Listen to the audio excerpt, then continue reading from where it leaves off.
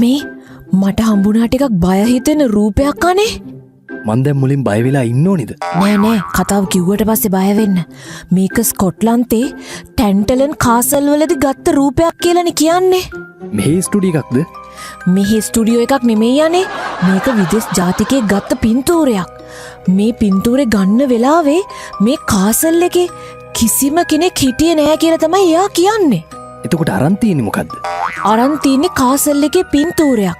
ඒක ගත්ත කෙනා තමයි ක්‍රිස්ටෝප. එයා කියනවා මේ රූපේ ගන්න වෙලාවේ කාසල් එකේ මුරකාරය ඇරෙන්න වෙන කිසිම කෙනෙක් හිටියේ නෑ කියලා. ඉඳලා තියෙනවනේ. කවුද කියන්නේ?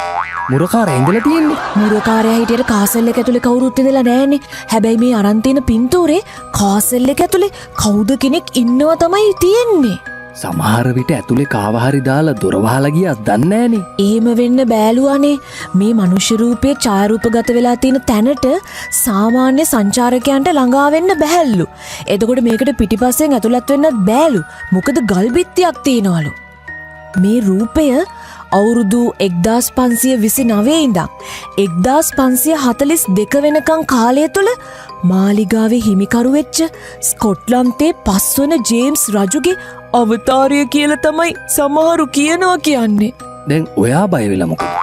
මේ නිගමට කතාව පොඩ්ඩක් බය වෙලා වගේ කියන්න එපයි. මෙතන. අපිලාගේ මෝර්නිං ෂෝ එක. සතිය දවස්වල උදේම අහන්න.